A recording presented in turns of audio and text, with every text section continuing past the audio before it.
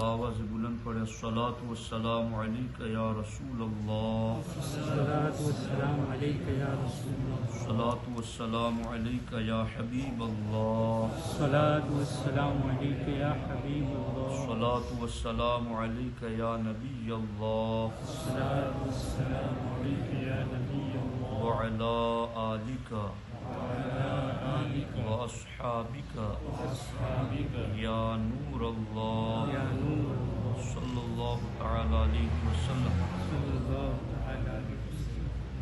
دوستان محترم، آج جو تراویح میں قرآن مجید پڑھا گیا، 10واں پارہ مکمل اور 9واں پارہ اخیر سے پڑھا گیا، الحمدللہ بہت اچھے انداز میں بچوں نے پڑھا۔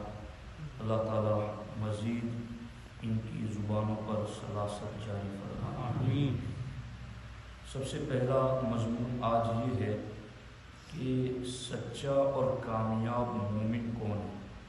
چونکہ ہم میں سے ہر کوئی یہ سمجھنا چاہتا ہے کہ میں سچا مومن بن کے رہوں، میں کامیاب مومن بن کے رہوں، لیکن حقیقت میں سچا اور کامیاب مومن وہی ہے جسے اللہ سچا اور کامیاب مومن فرمایا۔ اللہ تعالیٰ نے قرآن مجید کے 9ویں پارے میں ایک مقام پر فرمایا اولئک هم المؤمنون حقا، یہی سچے مسلمان ہیں۔ اور 10ویں پارے کے سورہ توبہ کی آیت نمبر 72 میں فرمایا ذالک هو الفوز العظیم، یہی ایمان والے ہیں جن کے لیے بڑی کامیابی ہے۔ تو اب یہ کون ہے، ان کی علامتیں کیا ہے، ان کی عادتیں اور صفتیں کیا ہے کہ جن صفات نے انہیں سچا مومن اور کامیاب مومن بنایا۔ تو سورۃ الانفال میں اللہ رب العزت نے سچے مومن کی 5 علامتیں ذکر فرمائی ہیں۔ اللہ تعالیٰ ارشاد فرماتا ہے انما المؤمنون الذین، ایمان والے وہی ہیں اذا ذکر اللہ وجلت قلوبہم، کہ جب اللہ کا ذکر کیا جائے تو ان کے دل نرم پڑ جائیں۔ تو سچے مومن کی پہلی علامت یہ ہے کہ جب اللہ کا ذکر کیا جائے تو ان کے دل نرم ہو جائے۔ دوسری علامت وَإِذَا تُلِيَتْ عَلَيْهِمْ آيَاتُهُ زَادَتْهُمْ إِيمَانًا، کہ سچا مومن وہ ہے کہ جب اس کے سامنے قرآن کی آیتیں پڑھی جائے تو اس کا ایمان مزید پکا ہو جائے۔ سبحان اللہ۔ وَعَلَىٰ رَبِّهِمْ يَتَوَكَّلُونَ، اور سچے مومن کی تیسری علامت یہ ہے کہ وہ اپنے رب ہی پر بھروسہ کرتا ہے۔ یہ 3 علامتیں اللہ رب العزت نے یہاں پر ذکر فرمائی۔ قرآن کی آیتیں پڑھنے کے بعد جن لوگوں کا ایمان بڑھ جاتا ہے اور ایمان میں مزید پختگی آتی ہے، اس حوالے سے سورہ توبہ میں جو 11ویں پارے میں ہے اللہ رب العزت نے فرمایا وَإِذَا مَا أُنزِلَتْ سُورَةٌ، کہ جب کوئی سورت اترتی ہے فَمِنْهُمْ مَنْ يَقُولُ أَيُّكُمْ زَادَتْهُ هَٰذِهِ إِيمَانًا، تو چونکہ منافقین بھی اسلامی لباس میں تھے تو وہ یہ کہنے لگتے کہ اس سورت نے اتر کر کیا کیا، اس سے کیا ایمان بڑھا، اس سے کیا ایمان میں برکت ہوئی، اس طرح کی بات کرتے تھے ایمان والوں کو کنفیوز کرنے کے لیے۔ تو اللہ تعالیٰ نے فرمایا تم چونکہ منافق ہو اس لیے آیات اور سورتیں اترنے سے تمہارے پاس ایمان ہوتا تو نہ بڑھتا، تمہارے پاس تو ایمان ہے ہی نہیں۔ فَأَمَّا الَّذِينَ آمَنُوا فَزَادَتْهُمْ إِيمَانًا وَهُمْ يَسْتَبْشِرُونَ، اور جو ایمان والے ہیں سورتوں کے اترتے ہی ان کا ایمان اور بڑھ جاتا ہے۔ وَهُمْ يَسْتَبْشِرُونَ، اور وہ خوشیاں مناتے ہیں۔ تو قرآن کے اترنے پر ایمان کا بڑھ جانا اور خوشیاں منانا کہ قرآن جتنا زیادہ اترتا ہے ہدایت اتنی ہی زیادہ ملتی ہے اور قرآن میں مزید اللہ کے حکم ملتے ہیں۔ تو یہ 3 علامتیں سچے مومن کے اللہ رب العزت نے ذکر فرمائی کہ اللہ کا ذکر کیا جاتا ہے تو ان کے دل نرم پڑ جاتے ہیں، اللہ کی آیات تلاوت کی جاتی ہے تو ان کا ایمان مزید بڑھ جاتا ہے اور وہ اللہ کی ذات پر توکل کرتے ہیں۔ ایمان بڑھ جانے کا مطلب کیا ہے؟ یہ قابل توجہ بات ہے۔ ایمان کوئی ایسی چیز نہیں ہے جس کو ناپا اور تولا جا سکے۔ ایمان ایک کیفیت بسیط کا نام ہے، مالا جزء لہو، جس کی تجزی اور تقسیم نہیں، یعنی یہ ایسی چیز نہیں ہے ایمان کے کوئی کہے کہ ذرا نکال کے دکھاؤ کتنا وزن کا ہے، کیسے رنگ کا ہے، کتنا لمبا چوڑا ہے، بلکہ ایمان ایک کیفیت کا نام ہے۔ تو یہ ایمان پھر بڑھ جاتا ہے، اس کا کیا مطلب؟ تو اس کا مطلب یہ ہے کہ کیفیت ایمان بڑھ جاتی ہے، یعنی ایمان کا جو ایک انداز ہے اس میں طاقت پیدا ہو جاتی ہے، وہ مضبوط ہو جاتا ہے۔ اب یہ تین صفتیں سچے مومن کی جو بیان کی گئی، ان تینوں صفتوں کا تعلق دل سے ہے، یعنی اللہ کا ذکر کیا جائے تو دل نرم پڑ جاتا ہے، اس کا تعلق بھی دل سے، آیت تلاوت کی جائے تو ایمان بڑھ جاتا ہے، اس کا تعلق بھی دل سے ہے، وَعَلَىٰ رَبِّهِمْ يَتَوَكَّلُونَ، اور اللہ کی ذات پر بھروسہ رکھتے ہیں، اس کا تعلق بھی دل سے ہے۔ لیکن اب آگے دو علامتیں ایمان والوں کی وہ بتائی گئی جن کا تعلق ظاہری اعضاء سے۔ اللہ تعالیٰ نے فرمایا الذین یقیمون الصلاۃ، سچے مومن کی چوتھی علامت یہ ہے کہ وہ نماز قائم رکھے، وَمِمَّا رَزَقْنَاهُمْ يُنْفِقُونَ، اور سچے مومن کی پانچویں علامت یہ ہے کہ وہ اللہ کے دیے سے اللہ کی راہ میں خرچ کریں۔ اب یہاں پر ابھی جو 10واں پارہ پڑھا گیا اس کے ایک جگہ پر یہ آیت ابھی میں نے سنی جو ہمارے طالب علم نے پڑھی کہ اس میں ان الذین کفروا ينفقون اموالهم لیصدوا عن سبیل اللہ، یہ مجھے ابھی یہاں تو نہیں مل رہی ہے، لیکن وہ آیت ابھی طالب علم نے پڑھی کہ جب جو کافر ہیں وہ اپنا مال اس لیے خرچ کرتے ہیں تاکہ ایمان والوں کی راہ میں رکاوٹ ڈال سکے، تو وہ تو اپنا مال اس لیے خرچ کرتے ہیں کہ ایمان والوں کی راہ میں رکاوٹ ڈالیں، مگر ایمان والے اس لیے خرچ کرتے ہیں تاکہ سچے مومن بن جائیں۔ تو ایمان والوں کو اپنی صفت اپنانی چاہیے جو اللہ نے قرآن میں ذکر فرمائی ہے۔ اب یہاں یہ ساری پانچ علامتیں ذکر کرنے کے بعد اللہ نے فرمایا اولئک هم المؤمنون حقا، یعنی یہاں اللہ تعالیٰ نے ایمان والے کی جو 5 صفتیں ہیں نا، جو 5 صفتیں اپنائے گا تو اللہ نے اس کو 4 انعامات کی بشارت دی کہ 4 انعام اس کو دیں گے۔ پہلا انعام کیا؟ اولئک هم المؤمنون حقا، یہی سچے مسلمان ہیں۔ اور دوسری ان کو شان کیا دی؟ لہم درجات عند ربہم، اللہ کی بارگاہ میں ان کے لیے بلند درجات ہیں۔ اور تیسری بات کیا ہے؟ ومغفرۃ، اللہ کی بارگاہ میں ان کے لیے بخشش، مغفرت اور نجات ہے۔ اور چوتھا انعام کیا ہے؟ ورزق کریم، اور ان کے لیے عزت والا رزق ہے۔ تو یہ 5 علامتیں اپنانے پر اللہ نے سچا مومن ہونے کی بھی سند عطا کی اور ان کو دیگر 3 انعامات بھی عطا فرمائے۔ اب یہی سچا مومن، اس کو سورہ توبہ میں کہا گیا کہ یہ کامیاب مومن بھی ہے، اور کامیاب مومن کی بھی یہاں کئی صفتیں ذکر کی گئی۔ اللہ تعالیٰ نے فرمایا والمؤمنون والمؤمنات، مومن مرد آپس میں اور مومنہ عورتیں آپس میں کیسی ہوتی ہیں؟ بعضهم اولیاء بعض، آپس میں ایمان والے ایک دوسرے کے گہرے دوست ہوتے ہیں۔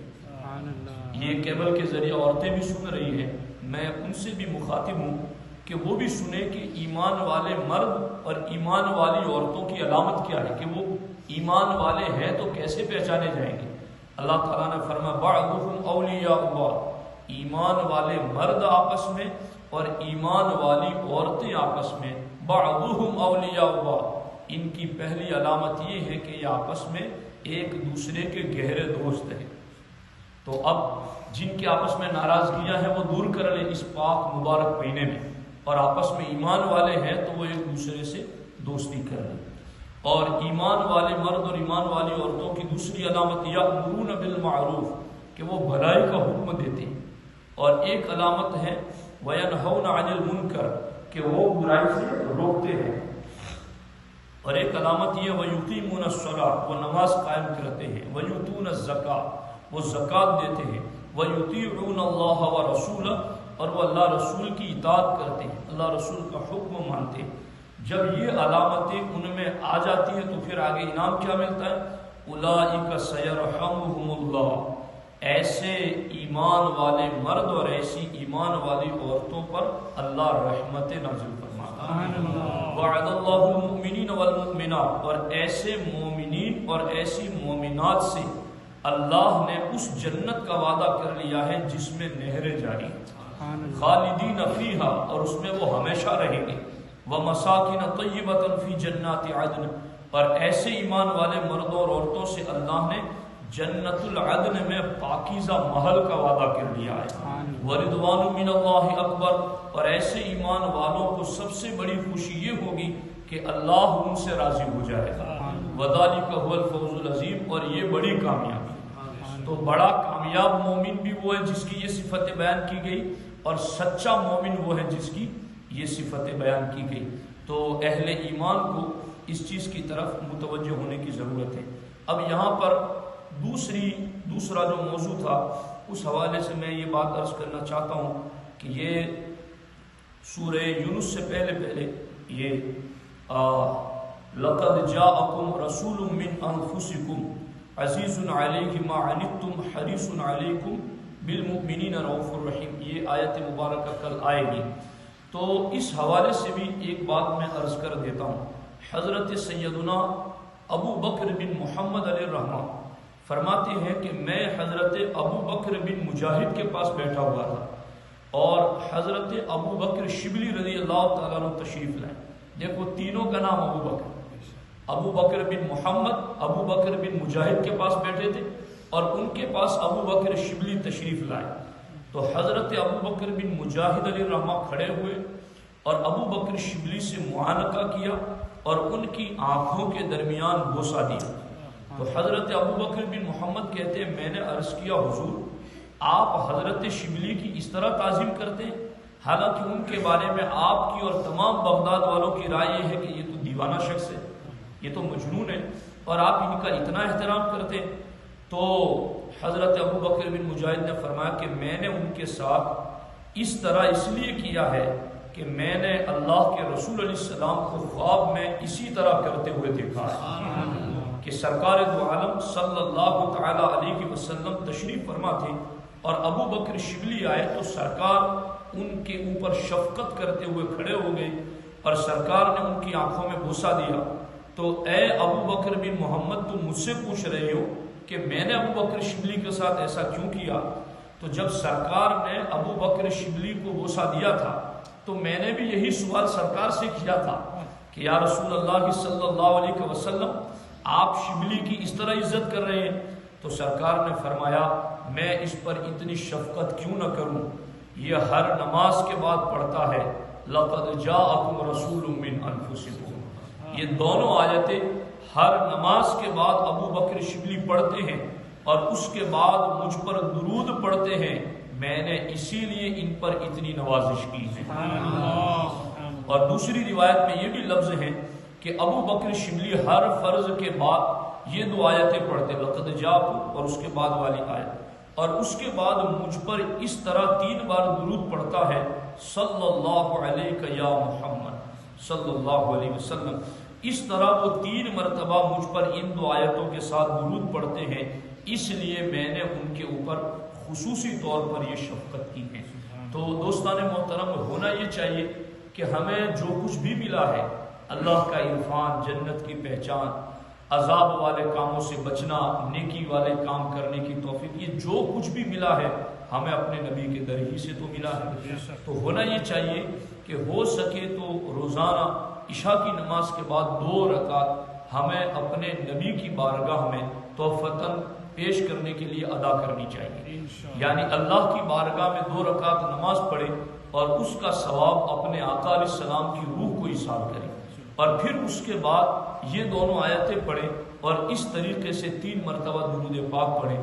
انشاءاللہ یہ تو ہمارے آقا کی وہ کرم نوازی ہے، برستا نہیں دیکھ کر ابر رحمت، بدوں پر بھی برسا دے برسانے والے، کہ ہم برے بھی اگر آقا کی بارگاہ میں یوں تحفہ روزانہ پیش کریں گے تو کبھی تو حضور نظر کرم فرما دیں گے، تو اس لیے ان پر خصوصیت کے ساتھ توجہ دی جائے۔ اس کے علاوہ ایک تفصیل طلب موضوع ہے، اس کو میں کیا بیان کروں، وہ آدھا پارے پر مشتمل ہے۔ پورا جنگ بدر کا ایک بڑا نقشہ آج بیان کیا گیا اور اس کی پوری تفصیلات موجود ہیں۔ میں صرف آپ کو بتا دیتا ہوں کہ یہ کہاں سے کہاں تک جو پڑھا گیا وہ جنگ بدر کا معاملہ تھا۔ سورہ انفال آپ یوں سمجھ لیں کہ یہ شروع ہوتے ہی سورہ انفال کا یہ معاملہ کہ وَإِذْ يَعِدُكُمُ اللَّهُ إِحْدَى الطَّائِفَتَيْنِ کہ محبوب ہم نے تم سے وعدہ کیا تھا کہ دو لشکروں میں سے ایک سے تمہاری ٹکر ہوگی جی، اور اس کو اللہ نے پہلے دکھایا تھا خواب میں، اور وہ اللہ نے 10ویں پارے میں آیت ذکر کی اِذْ يُرِيكَهُمُ اللَّهُ فِي مَنَامِكَ قَلِيلًا، محبوب ہم نے تمہیں خواب میں تو بتایا تھا کہ وہ تھوڑے ہیں، وَلَوْ أَرَاكَهُمْ كَثِيرًا لَفَشِلْتُمْ، اور اگر خواب ہی میں بڑی تعداد دکھا دیتے تو صحابہ کے حوصلے پست نہ ہو جاتے، تو ہم نے خواب میں تو تمہیں تھوڑے دکھائے تھے مگر حقیقت میں یہ زیادہ ہے۔ تو حقیقت میں دو قافلے تھے جن دو میں سے ایک سے ٹکر کا وعدہ ہوا تھا۔ ایک قافلہ تو وہ جو ابو سفیان کا تجارت کے لیے مال لے کر آتا تھا، وہ تعداد میں تھوڑے تھے، اور ایک وہ جو ابو جہل کی قیادت میں نکلا تھا جو 1000 کی تعداد پر تھے۔ تو ان دونوں میں سے ایک سے ٹکر کا وعدہ ہوا تھا۔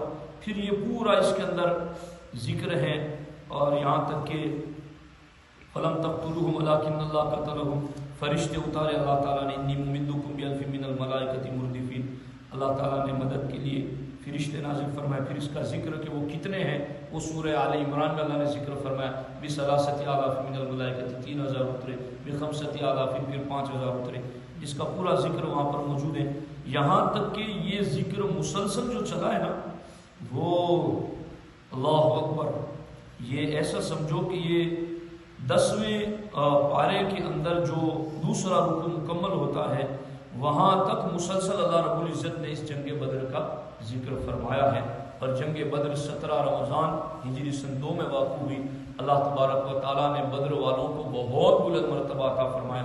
سرکار نے فرمایا بدر والوں تم بدر میں آ گئے، اب جو چاہے کرو اللہ نے تمہیں معاف کر دیا۔ اور یہ ان کو جو چاہو کرو کہہ دیا نا، تو یہ ایسا ہی ہے جیسے پرندے کے پر نکال دیے گئے پھر کا جتنا چاہے اتنا اڑ لے جی، تو اب کہاں اڑنے والے، اس کے پر ہی تو نکال دیے گئے۔ تو بدر میں لا کر کے صحابہ کو اتنا نوازا اللہ نے کہ اب ان کی رضا خود مرضی مولا میں فنا ہو گئی، تو اب یہ کہیں جانے والے ہی نہیں، تو ان کو سرکار نے کہہ دیا تم جو چاہو کرو اللہ نے تمہیں بخش دیا۔ اور بعد میں کئی مرتبہ ایسا کچھ ہوتا تھا چھوٹا موٹا معاملہ، اور کوئی صحابی بدر والوں پر ناراض ہوتا، سرکار فوراً ٹوک دیتے خاموش ہو جاؤ، تمہیں پتہ نہیں یہ بدر میں شریک ہوا تھا۔ تو بدر والوں کی بڑی شان ہے۔ اور میں آپ کو بتاؤں کوفہ شہر جو آباد ہوا ہے نا، کوفہ شہر کی آبادی میں سب سے پہلے جن صحابہ نے وہاں جا کر گھر بنائے اور رہے، ان صحابہ میں 1500 صحابہ تقریباً کوفہ میں گئے، جن میں سے 70 یعنی 70 صحابہ بدر والے تھے۔ تو اہل سنت و جماعت میں یہ بھی ایک کنفیوژن ہے کہ کوفہ کا نام جب بھی آتا ہے نا تو ذہن میں یہ تصور آتا ہے کہ کوفی یہ اہل بیت پر ظلم کرنے والے، یہ معاذ اللہ ایسے ویسے وغیرہ۔ تو یقیناً کوفہ میں ایسے ظالم لوگ تھے، ان کی کمی نہیں تھی، اور وہ رافضی تھے جنہوں نے محبت کا جھانسا دے کر کے اہل بیت کو بلایا اور معاذ اللہ ان پر ظلم کیا۔ مگر جس طرح سے مدینے میں منافقین تھے، اس کے باوجود بھی مدینے کی عظمت ختم نہیں ہوتی، اسی طرح سے کوفے میں یہ ظالمین تھے مگر اس کے باوجود بھی شہر کوفہ کی عظمتیں ختم نہیں ہوتی۔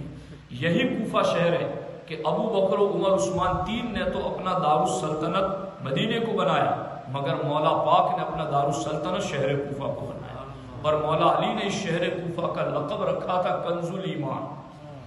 اور حضرت سیدنا سلمان فارسی جو کہ سلمان منا اہل البیت، تو سلمان فارسی نے اس شہر کا نام قبۃ الاسلام رکھا تھا، حضرت عمر نے اس کا نام رمح اللہ اور اس کے راس العرب جمجمۃ العرب، اس طرح کے بے شمار القاب رکھے تھے۔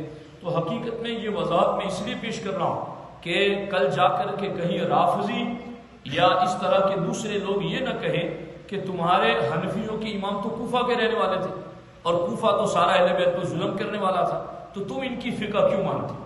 سمجھ آ رہی ہے کہ نہیں آ رہی؟ تو وہ کل کوئی کنفیوژن ڈالے اس سے پہلے اس کا جواب اپنے پاس رکھا کرو کہ کوفہ میں ظالمین ضرور تھے مگر سارے کے سارے ظالم نہیں تھے. یہی وہ شہر ہے کہ جس کو بسایا ہے حضرت عمر ابن خطاب نے، اور حضرت حذیفہ اور دیگر صحابہ کے مشوروں پر بسایا، اور 1500 صحابہ نے آ کر کے وہاں اس شہر کو آباد کیا. اور حضرت امام بخاری کہتے ہیں کہ میں حدیثیں لینے کے لیے بصرہ شام کتنی بار گیا ہوں یہ مجھے پتا ہے، مگر کوفہ اتنی بار گیا ہوں حدیث لینے کے لیے جس کا مجھے پتا نہیں. تو یقیناً جو برے ہوتے ہیں وہ برے ہی ہوتے ہیں، ان کی کوئی حمایت نہیں. وہ ظالمین بدبخت جہنمی ہیں جنہوں نے اہل بیت اطہار پر ظلم کیا. مگر شہر کوفہ کے اندر جہاں ایسے بدبخت لوگ تھے وہیں پر بڑے بڑے اہل علم بھی. حتیٰ کہ میں آپ کو بتاؤں، بات طویل نہ ہو جائے لیکن آ گئی ہے تو 2 منٹ میں عرض کر دوں کہ حضرت عمر ابن خطاب نے جب شہر کوفہ بسایا تو حضرت عمر نے کہا کہ عبداللہ ابن مسعود جن کا ذکر ابھی ہوا تھا عصر بعد، وہ عبداللہ ابن مسعود کے بارے میں حضرت عمر کہتے ہیں مجھے خود ابن مسعود کی اپنے لیے ضرورت ہے کہ میرے پاس آئے، مگر اے کوفہ والوں میں نے اپنے اوپر ترجیح دیتے ہوئے ابن مسعود تمہیں دے دیا. اور عبداللہ ابن مسعود نے جا کر وہاں اتنا علم پڑھایا. اور میں آپ لوگ بیٹھے گے 5 منٹ، جی میں عرض کر دیتا ہوں کہ ابن مسعود کا جو معاملہ ہے نا، یہ ایمان لائق کا یہ بھی بڑا عجیب مطلب ایک واقعہ ہے کہ سرکار ابو بکر صدیق کے ساتھ مکے سے باہر نکلے تھے. سرکار کو پیاس لگی تھی. ابو بکر کو کہا ابو بکر یہ جو بکریاں چرا رہا ہے اس سے کہو کہ مجھے تھوڑا دودھ نکال کے دے. حضرت ابو بکر گئے تو جا کر کہا تو عبداللہ ابن مسعود جو اس وقت ایمان نہیں لائے تھے انہوں نے کہا کہ یہ بکریوں کا میں مالک نہیں ہوں کہ میں بکریوں سے دودھ نکال کے دے دوں، یہ تو میرے مالک کے میرے پاس امانت کے طور پر میں نہیں دے سکتا. صدیق اکبر نے کہا کچھ پیسے لے لو میرے پاس. کہا تم جانتے نہیں ہو کہ پیسے لے کر کے بھی بیچنے کا حق نہیں ہے، یہ امانت ہے. اب سرکار کے پاس جا کر کے کہا کہ حضور یہ تو ایسا کہہ رہا ہے کہ یہ پیسے سے بھی نہیں دے سکتا، امانت ہے. تو میرے آقا کے دل میں بھی پھر خیال آیا ہوگا کہ جو کفر میں اتنا امانت دار ہے اسے ایمان ضرور ملنا چاہیے. تو پھر سرکار نے کہا کہ جاؤ جا کر کے ابن مسعود سے پوچھو کہ اگر تمہارے ریوڑ میں کوئی پاٹ ہو جس سے بھی بچہ پیدا نہ ہوا، تو چونکہ بچہ پیدا نہیں ہوتا تو دودھ نہیں آتا، تو تمہارے پاس اگر کوئی پاٹ ہو تو وہ ہمیں دے دو، ہم اسی سے دودھ نکال لیں گے. تو جا کر ابو بکر صدیق نے کہا تو انہوں نے کہا کہ ٹھیک ہے، اب اس میں چونکہ دودھ ہے ہی نہیں تو نہ میں اس کا ذمہ دار نہ میرا مالک اس کا مالک، تم نکال کے دکھاؤ میں دیکھتا ہوں کیسے نکال. اب سرکار کی بارگاہ میں پاٹ لائی گئی. سرکار نے اس کی پشت پر اپنا دست کرم رکھ دیا. دست کرم کیا رکھا؟ ایسا لگتا ہے کہ اس کے تھنوں کا رشتہ حوض کوثر سے جڑ گیا. اس نے اپنی ٹانگوں کو پھیلایا، تھن اس کے بھر گئے. سرکار نے دودھ نکالا، پورا برتن بھر گیا. ابن مسعود کو پلایا یہاں تک کہ وہ بھی سیراب ہو گئے. ابو بکر کو پلایا وہ بھی سیراب ہو گئے. سرکار نے خود بھی پیا اور اس کے بعد برتن بھر کر کے ان کو واپس دے دیا، لو یہ تمہاری بکری تھی، تمہارا دودھ تھا. اب سرکار جانے لگے نا تو کبھی تو کچھ انداز یوں ہوتے کہ کسی کے لیے دعائیں کرتے سرکار یا اللہ اس کو ایمان دے دے، اس کو ایمان دے دے. اب ان کے دل میں چراغ جلا دیا اور سرکار کہہ نہیں رہے کہ تو کلمہ پڑھ. سرکار مڑ کے جانے لگے تو ابن مسعود نے ابو بکر سے کہا کہ اے ابو بکر یہ دودھ نکالنے کا انداز میں نے آج تک نہیں دیکھا، یہ طریقہ ذرا اپنے نبی سے کہو کہ مجھے بھی یہ طریقہ سکھا دیں کہ باڑ سے دودھ نکالا کیسے جاتا ہے.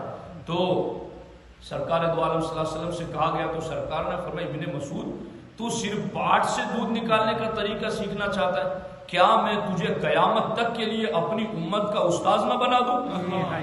انت غلام معلم. کا یہ کیسے ہو سکتا ہے؟ کہ میرا کلمہ پڑھ لے میں تجھے اپنی امت کا استاذ بنا دیتا ہوں. اور سرکار نے پھر فرمایا میری امت ابن مسعود میرے دنیا سے جانے کے بعد بھی میری امت کے لیے جو پسند کرے گا میں ایڈوانس اسے پسند کرتا ہوں، اور جو وہ ناپسند کرے میں اسے ناپسند کرتا ہوں. اس ابن مسعود کو حضرت عمر نے کوفہ بھیجا اور ابن مسعود نے اتنا پڑھایا پھر وہاں پر کہ جب مولا علی خلیفہ بن کر کے کوفہ گئے نا تو ابن مسعود 4000 شاگردوں کو لے کر مولا علی کے استقبال میں شہر کوفہ سے باہر آئے. مولا علی نے جب یہ دیکھا نا علمی ماحول تو مولا علی نے کہا ابن مسعود تیری عظمتوں کے کیا کہنے، تو نے کوفہ کے گھر گھر کو دارالعلوم بنا دیا. تو یہ ہے وہ علم جو ابن مسعود نے وہاں پہنچایا، پھر ہمارے امام اعظم کے ذریعہ آج ہم تک پہنچایا. تو شہر کوفہ کا علمی ایک معیار ہے اور ایک علمی ماحول ہے. تو یہ چیزیں بھی یاد رہنی چاہیے تاکہ کہیں کوئی ہمیں آگے جاتے ہوئے مس گائیڈ نہ کر سکے، چونکہ علماء کا فرض ہے کہ وہ حالات پر نظر رکھے کہ کہاں سے کوئی سنی کو تیر مار رہا ہے اور کہاں سے کوئی مارنا چاہتا ہے اور کہاں کون سی کھڑکی ہے جہاں سے کوئی گھسنا چاہتا ہے یا گھس سکے گا، تو علماء پہلے سے اس کا جواب تیار بھی رکھیں اور اپنی قوم کو بھی بتائیں۔ تو یہ بڑی کرم نوازیاں ہیں ان سرکاروں کی، اللہ تعالیٰ ان کے فیوز و برکات سے ہمارا مال فرمائے۔ بسم اللہ الرحمن الرحیم، اللہم صلی علی سیدنا و مولانا محمد و آلہ و صحبہ وبارک وسلم۔ یا اللہ درس تراویح کی اس محفل کو اپنی بارگاہ میں قبول فرما۔ یا اللہ ہمارا نماز عشاء پڑھنا، تراویح پڑھنا، درس بیان کرنا سب کچھ اپنی بارگاہ میں قبول فرما۔ یا اللہ جتنے بھی لوگ بیٹھے ہیں سب کے ایمان میں، عمل میں، اخلاص میں، استقامت میں خوب برکتیں عطا فرما۔ یا اللہ یا رحمان یا رحیم ہمارے طلباء کو علم نافع عطا فرما، عمل صالح کی توفیق عطا فرما، انہیں عالم با فیض بنا۔